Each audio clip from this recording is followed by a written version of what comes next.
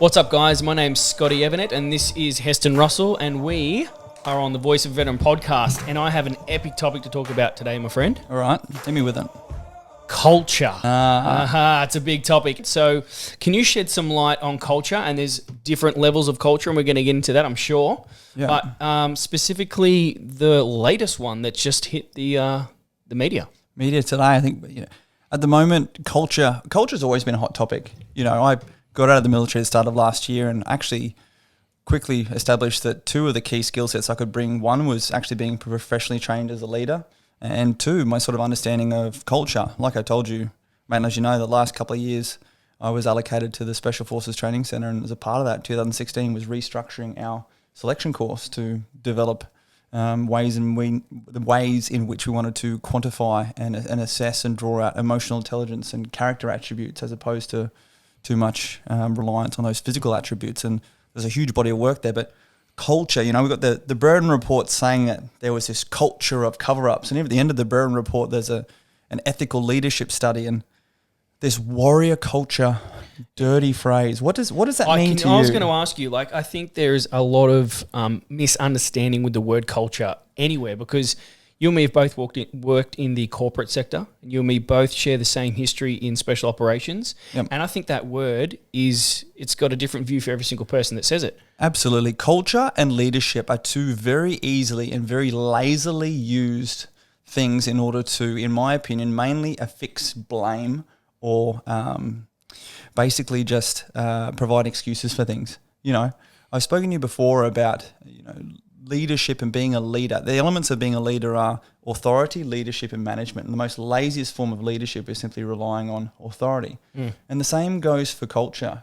Simply culture is actually a byproduct of leadership. Culture is the environment through which a leader creates that aligns and motivates people's personal ethos and values to the mission and to the purpose.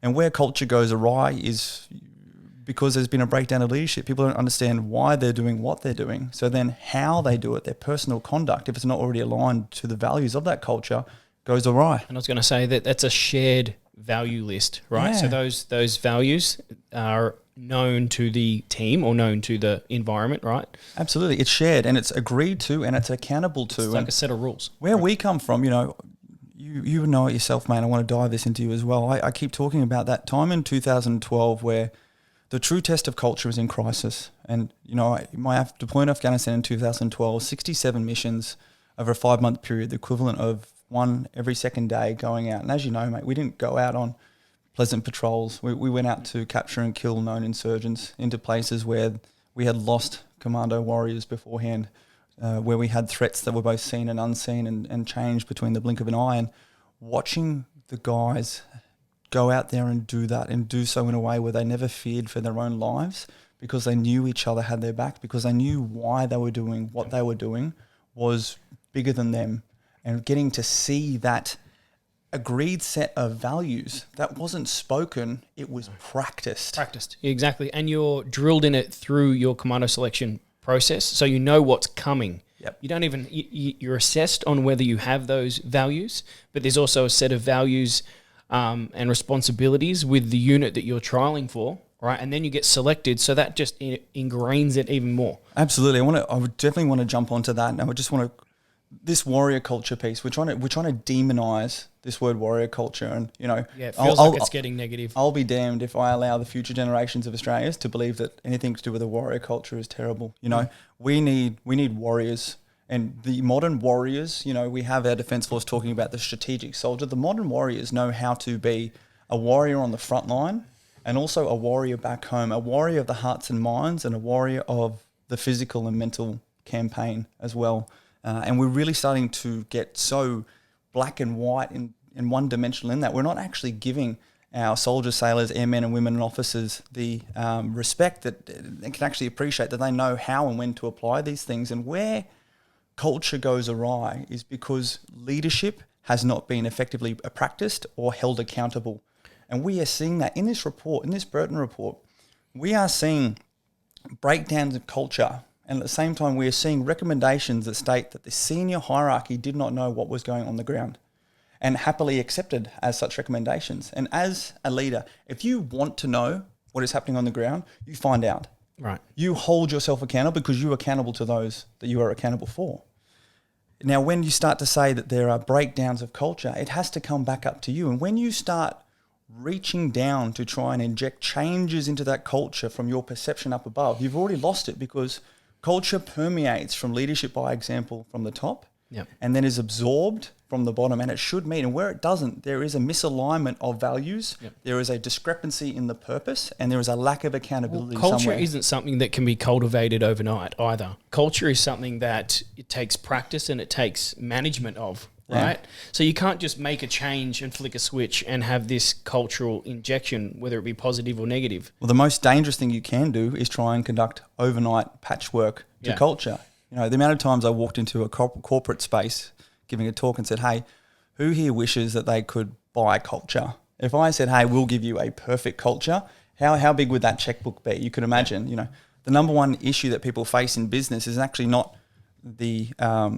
their performance as their professional performance. It's the conduct of those doing so. And, you know, just just putting the value in the results and not how you got those results is where culture breakdowns. We've seen that from the biggest legal firms through to any system in place. There's been a lack of accountability or indeed care on how they achieved the outcomes, just as far as the outcomes. And mate, this is what we saw in Afghanistan for over a decade.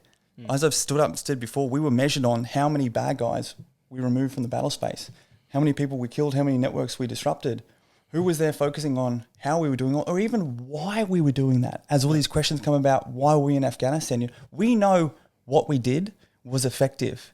How that occurred has been found to have been not even known by the majority of people who were there, and they're wondering why we're now having these issues and trying to fix this blame to this See, culture. a bit of you want your cake and eat it too, because in one way, Australians are seen as some of the best special operators in the world, right? And you can ask that it's our culture and our habits within that culture that we practice that make us very unique to other soldiers on the battlefield. Yet that same tool, that culture that sharpens us as special operators, can be seen or is being saying at the moment that it's the rot or it's the negative side of it. It's like, well, do you want the best soldiers on the battlefield, or do you want, what do you want, really? Absolutely, mate. You know, our sunburnt country, land of sweeping plains, by the nature of our Australian culture, we are actually a more resilient people.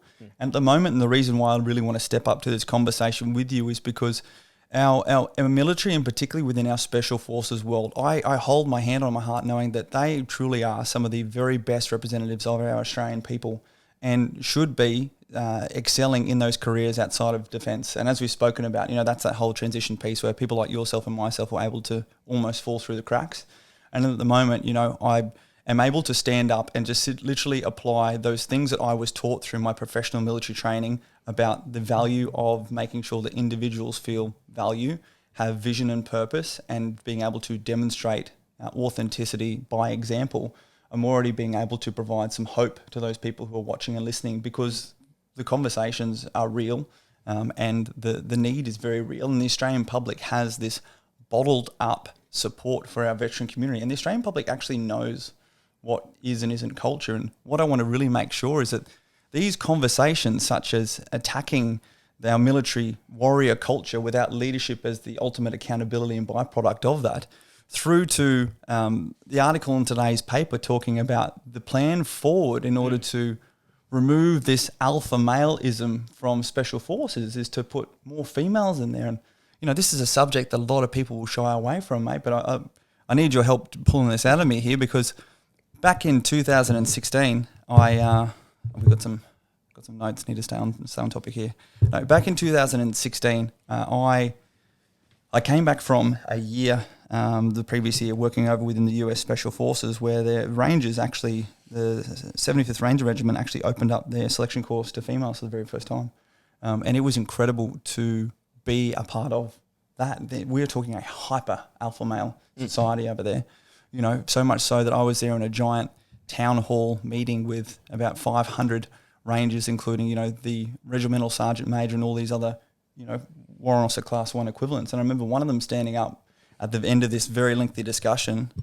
They decided that they weren't going to change any standards. They were going to select people based on their merits, which is what their requirements were, and we'll get into that later. But this guy stood up and said, right, we'll happily have these women in as long as they meet the standards, but be damned if we're going to let any homosexuals get into our unit because, we can't trust them. And it's just huge to see these different cultural differences. And, it was, for me, sitting there just silently as the only Australian, it was absolutely fantastic. And then I came back the next year, and next thing, we were tasked to change the Special Forces selection course, particularly the Commando selection course. And that was because we were really starting to transition away from operations in Afghanistan. And for those who don't understand, the thing that I really love about the Special Forces selection course process is it's the ultimate activity in backcasting. So the Special Forces selection course has evolved every single year and needs to do so. Because at the end of the day, what you're trying to do is select the right person who can then be trained in order to achieve the operational capabilities that are required at the end. So, for example, we had high-level operations in Afghanistan doing what we were doing. Then you have the tactical skill sets you need individuals within a commando team and officers within commanding, leading and planning to do so. Then you have the qualification courses in order to level up to the standard of training required for those people to do that. Then you have the physical requirements that we have learned through multiple combat deployments, and also in partnership with people like the Australian Institute of Sport and other professional civilian agencies to develop and understand those physical attributes that we need and put that into physical testing so as we could ensure that we were picking the right people who could last physically. And then even on the selection course, again, working with the AIS and also with the Defence Health protocols, figuring out what precursor activities such as the webbing run, the pack march, and the swim, we needed these people to achieve so as we could change the work-rest ratios in hot and cold weather to enable us to be able to conduct the activity. And then at the same time, we're able to look at the type of person and how their behaviour was along that. Things like in the commando team, teamwork, responsibility, accountability, officers, those leadership criteria. And I can't list them all because it's the IP of the Special Forces Training Centre. But we would literally have this report card of the person we needed from physical attributes, and the first few days were spent doing that testing to make sure that we weren't going to break them and could legally conduct. It's methodical. What I'm hearing is so precise. It's precision. It was incredible, mate. Through to every single activity you do on the selection course. I was the officer in charge. I was the chief instructor of the selection course. Okay, as a major, I had all my team, all the NCOs, all these other officers supporting. Every single activity had a purpose, a premeditated purpose beforehand. Some of those were physically fatiguing because we needed to break down people physically before we could test them and expose them mentally and more so emotionally. Yeah. But you'd have an activity like, hey, you are to sort out this 10-kilo bag of brown rice and white rice into separate piles, and you would start putting some Tell me, you are looking for personality traits of these people who will fit the known culture of the unit, right? People who work well with people by precision choice, right? This is all part of it. So you can't just make a little change over here or try and sprinkle a little bit of dust over here to fix the culture. It's from inception of this planning precision all the way through to selection, all the way through to unit, practice throughout the unit. Like you're talking, it is the DNA of what special forces and special operators know. Well, absolutely. It's the hardest level of leadership and culture. It's actually critically analysing and arguing and defending and arriving on why you're doing what you're doing. So you would have some fantastic guys like yourself and all these other operators who would come in with these awesome ideas of how to basically stuff people over on the selection course to help draw out some of these attributes. But before we ever agreed to any task, and I signed off on any task in the risk assessment, it's like, why are we doing this task? What are we assessing? How does that match the attributes we want? Yep. And same time, whenever anything changed overseas in our operational requirements, and particularly in 2016, we really needed to quantify a lot more emotional quotient testing because the 2 years before that, I'd spent bopping around Asia Pacific out of uniform, engaging with heads of mission and embassies and foreign nationals to discuss things that I needed to have military context for, but couldn't bring any military alpha male-ism to it. I needed to be an alphabetical male. I needed to influence and motivate and support them. Alphabetical male. Tell me we'll come more. back to that. Tell me more. Alphabetical male. So just quickly. I remember I did my selection in 2010, And I remember in particular, Cam Baird, VCMG, who paid the ultimate sacrifice overseas. He was one of those just hardened warriors, and he was tasked to get up in our face and, really harped on about this alpha male piece, because within the commando call sign, everyone has an individual call sign. We never say names on the radios. It's very tactically unsound, as a part of maintaining our secret identities. So, but the alpha call sign is always the platoon commander. So I was November platoon and I was the alpha. So my call sign on the radio was November Alpha. And a lot of people leapt onto that, like, you're the alpha, you need to be in charge, you need to be the alpha male. And he's absolutely correct, where as the alpha, you have to be the leader. You have to be in charge from a responsibility place. And as I started to then helping out in the subsequent selection courses the next few years and then running it myself, I started to bring in this vernacular that is the alphabetical male, because, I was never going to be a bigger alpha male than Cam. My first mission in Afghanistan, I flew out with RS, Ben Robert Smith, VC, MG, and his company commander to go do a reconnaissance with the US ODA team. And, this guy's 6'7" and, just more experience than I've ever had. And I still had to conduct at my own level leadership and motivation and influence. Yep. And if I stood there trying to have a pissing contest being an alpha male, alpha v alpha, what is the outcome of that? The art of being a good leader, of being a true leader, is knowing how and when to follow. But it all comes from that purpose that is the mission. You need your own level of negotiation and communication with an alpha male. So you need to be, and then you need to also have it with the number 6. Well, you just need to be able to, hey, this is why we're doing what we're doing. Any of the conversations of how, including personal agendas or positioning, are wiped away as long as you demonstrate authentic leadership. And honestly, sometimes you just have to help educate people why they're doing things. Most times people aren't actually going to be adversarial if you fully explain to them what's going on. There might be difference of opinion, particularly in our community. It was fantastic. You have so many out-of-the-box thinkers. But at the end of the day, it's like, hey, guys, look, this is what we've got to do. Yeah, that's cool. I like that analogy of it, that you can have so much diversity, and as long as the culture is strong, it wouldn't matter what color, what shape, what anything is under that culture, it would still run smoothly.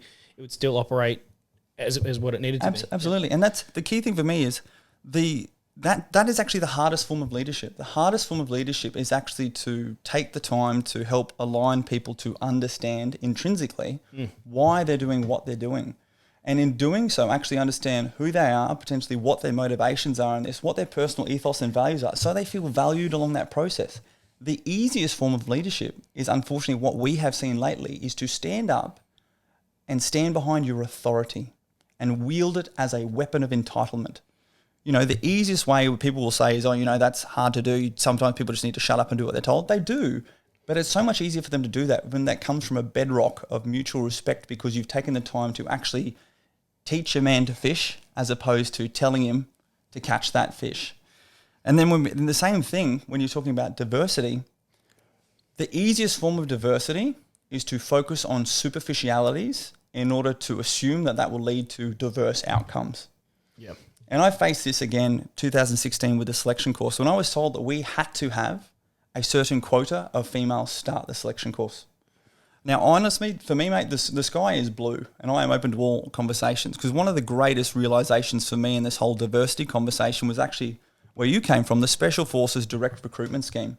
Now, for those who've never heard of this before, the Special Forces Direct Recruitment Scheme is actually a program whereby people who have sufficient life experience can be put through an accelerated course off the street, about a 6-month period, in order to do the basic training. You still have to do the same basic training once you get to your initial employment training. Then you can do an advanced employment training. So it's a bridging course to essentially upspeed you into 3 years, 2-3 years worth what you would have got out of battalion. Yeah, and it's particularly focusing on the tactical acceleration as opposed to through the regular route through the army or the military. You had to do a minimum of 3 or 4 years service, and that was in order to have that assumed level of experience. And these guys were definitely at the same level of physical performance and tactical performance, but what they brought was a mindset that was diverse. They weren't indoctrinated through the regular military by numbers, 1, 2, 3, yes sir, no sir, 3 bags full process. And particularly as a tactical planner, some of the best ideas, I would bring in some of my Special Forces Direct Recruitment Scheme guys and be like, hey, we're going to do this. And they look at it like, well, why don't we get a shopping trolley and do this? And this is domestic counterterrorism stuff. And you're sitting there like, a military indoctrinated person does not think like that. Yeah. But this person and this person look exactly the same, white Caucasian male commandos, but the diversity in their outputs and the purpose behind the diversity that was incepted into the organization had directly tangible outcomes. So, mate, in 2016, we're instructed to bring females into the Special Forces selection, and you had a specific quota that you had to meet. What were the direct and indirect responses to that? Yeah. So the direct response, I mean, the key thing is that women could actually apply all the time.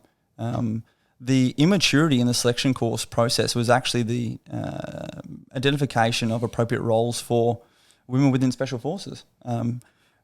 If we wanted to be specific based on gender, the best thing I loved about the Special Forces selection course, and indeed my majority of my career in the military, was that it all came down to your performance outcomes. You know, on the selection course, you could have black, white, Hispanic, Asian, any form of sexuality, any form of religion. The best thing about my entire military career, probably like you, mate, is that we're all the same on that uniform. We're all the same under that rising sun in the army, and you're all measured on that daily renewable contract on your performance. Absolutely. How often we use the words like subject matter expert, right? The SME in that position would be brought down. It didn't matter what age, like even as a youngster, because I went in pretty young too. Yep. Even as a young person getting into the teams, if you were the SME in that specific role, whether it be medically, I was medically trained, so it's just like, hey man, you're the SME, doesn't matter that you're 19, doesn't matter that you're 20, like you're the guy.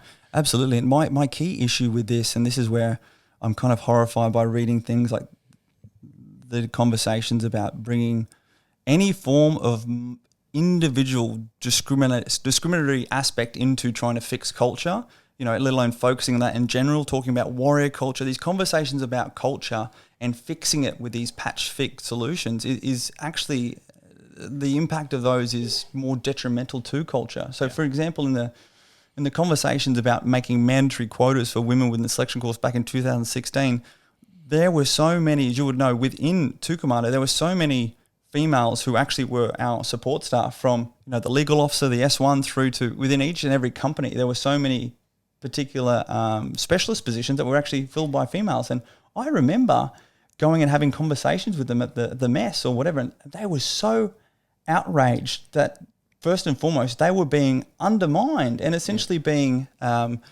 devalued by thinking that they needed to have a different standard. See, mate, I like to think of myself as a bit of a logical thinker, and we talked about just before about the precision in planning in which brings someone through the selection process. It wouldn't matter if they're male or female or any type. Coming through that process, they would be indoctrinated in the current culture. Yeah. Right? Absolutely. So they would become the culture. It would be the same culture with a female. Yeah. Like, it wouldn't matter. Well, that's it. And the immaturity in these conversations is not actually identifying that individuals are individuals. Yeah. And what we're actually trying to do is when you're selecting someone for culture, you're selecting them on their personal behavioral attributes, on their upbringing, indeed, on what values are solidified within their personal ethos. So I was showing you sort of beforehand, you say you were selecting back in the day for the Army, courage, initiative, teamwork, respect. Those are the core values that you have established your organisation must have, and people coming into your organisation must value. And you know what? That's the first thing you need to do when you're critiquing the performance, the behaviour of people entering into your organisation. Parallel to this is their performance outcomes. They need to be sort of qualified and competent in the job you want to come into. And again, we have those easy selection parameters for the selection course. But when we're starting to look at the other values that people hold to them, in addition to courage, initiative, teamwork, and respect, values either side of that, leadership, determination, accountability, fitness, whatever, that is actually where you achieve diversity in culture. That is actually where you start to tap into that intrinsic motivation that people hold to them at their core spirit when their layers of physical and mental resiliency are torn away, where they have emotional attachment. And that's actually where you get diversity in behavior. Yep. Diversity in performance is absolutely mapping people from different works of professional life, different exposures. And we all live such different lives, already all diverse by design, unless you literally have walked in the exact same path of someone else. Even then, biology says otherwise. But as soon as you start to then focus on things that people don't have control of, superficialities such as gender, sex, skin color, you actually start to cause divides within culture. Because again, like I was saying before, when I spoke to the women already supporting within the unit who themselves would like to do selection course, they felt that any achievements they had would potentially be undermined by establishing a quota and not allowing them to achieve their results on their own merit. And it was the exact same thing for the 2 female candidates that I had attempt the selection course that year. They did not want to be assessed against any other criteria. And I think absolutely, and to their absolute credit, and the worst thing you could ever do is to accelerate them beyond others who would achieve better than them, because first and foremost, you undermine any potential authority or indeed respect, and you're doing it to them. They're not doing it to themselves. You're not actually helping them. You're hurting them. And same for that group, particularly when we are talking about, again, in the commando capability, but let alone in the Army or the Defence Force, it is one big team within team within team. Yep. And you need to be as a part of a team. And unfortunately, what we're seeing is those individuals at the senior officer level standing up in front of the Australian public who forgot leadership a long time ago and took it over with politics, don't understand culture and apply the lazy brush of casting assertions such as generalizations and warrior culture. What about going back to the source of this entire conversation anyway? Like, seems like they've pinned the actions of a few on the entire culture, right? Yeah. So whereabouts is that, drawn where they're like, okay, this is a cultural issue that has caused this at its maximum effect, right? Cultural issues, maybe. I mean, that's up for grabs anyway, but that the cultural issues have caused murder? Or is it the actions of a few and a completely different mentality outside of the culture that has caused these things? Yeah, absolutely. The actual issue is that the culture was allowed to conduct its gradual progression of standard deviation from what was deemed to be now unacceptable. And I don't say that with regards to the allegations. I say this with regards to a lot of other things that were brought out, such as the culture of hiding things from the toxicity competition between the units. And we've already addressed those sorts of things. And the failure in culture is actually what the Australian public are now seeing, unfortunately, by a large number of our defence representatives, by trying to cast and blame this culture of 7 years ago and take actions here and now, by denying Australians their democratic right to have due process and be assumed innocent until proven guilty. And that's why the military and the government have seen such huge outrage from the Australian public, because they are values and a culture that do not sit with the Australian public. The Australian public supports our democratic rights. The Australian public supports our personnel until they are proven guilty. The Australian public does not accept abdication of leadership at the top level while still wearing accolades.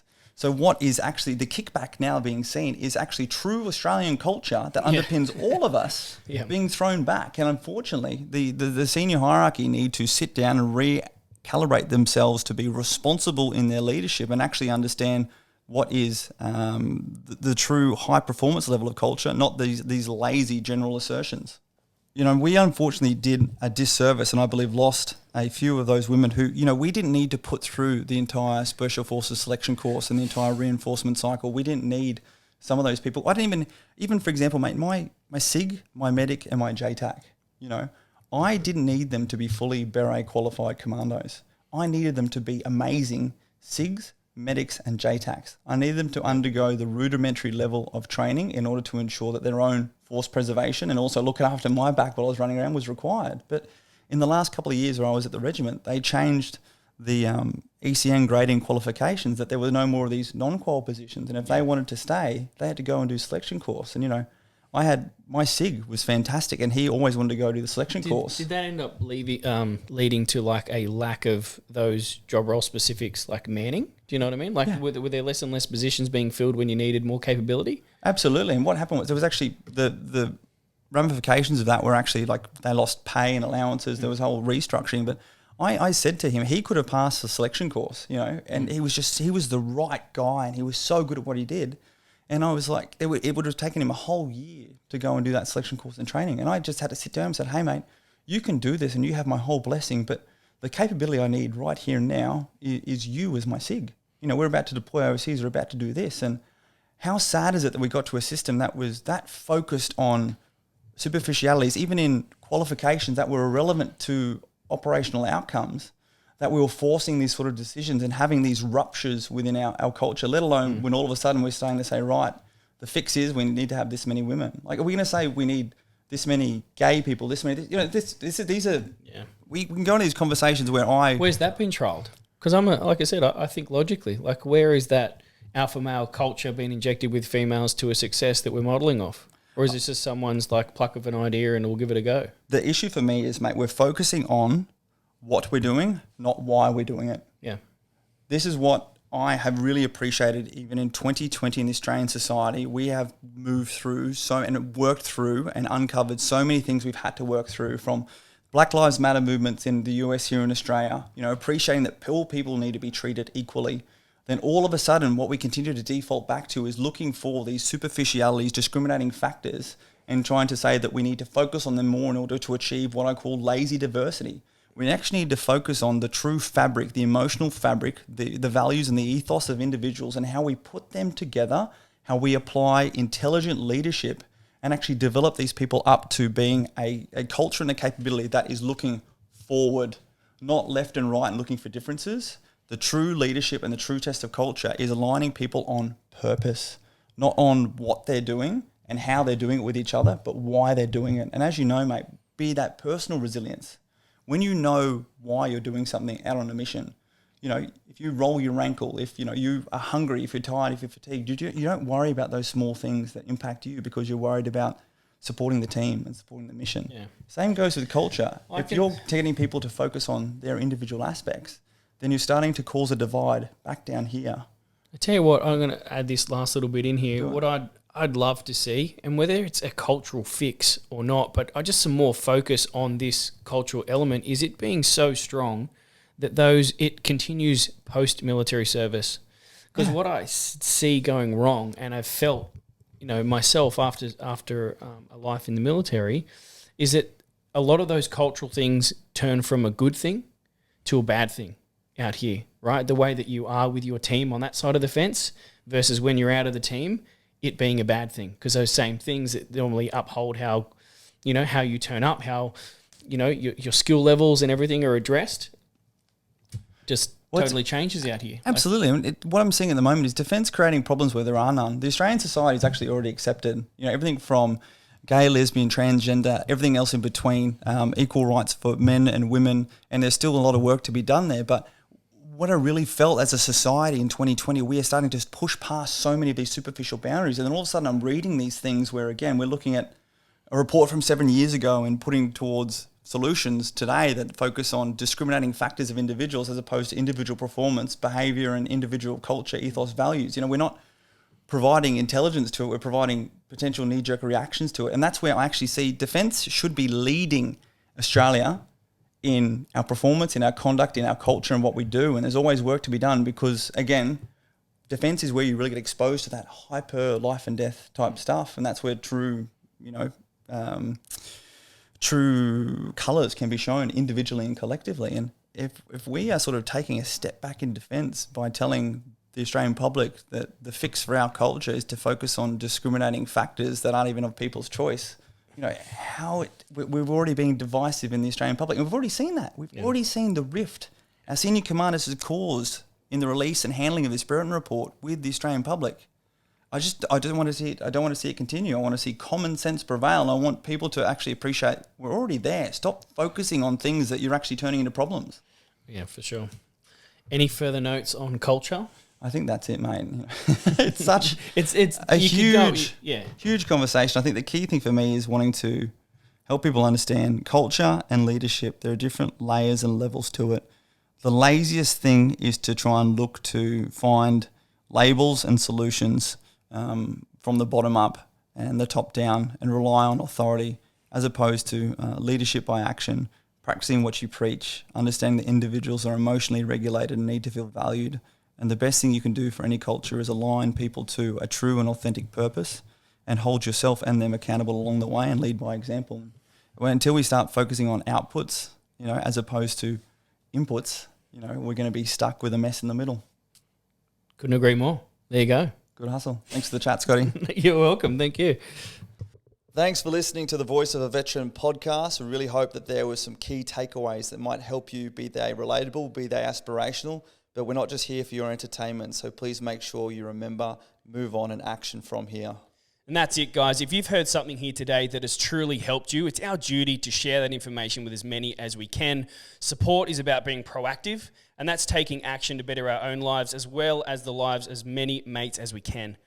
We love your support getting these messages out, so please subscribe. Go to our YouTube, Facebook, Instagram, LinkedIn, Voice of a Veteran. Catch you next time. See ya.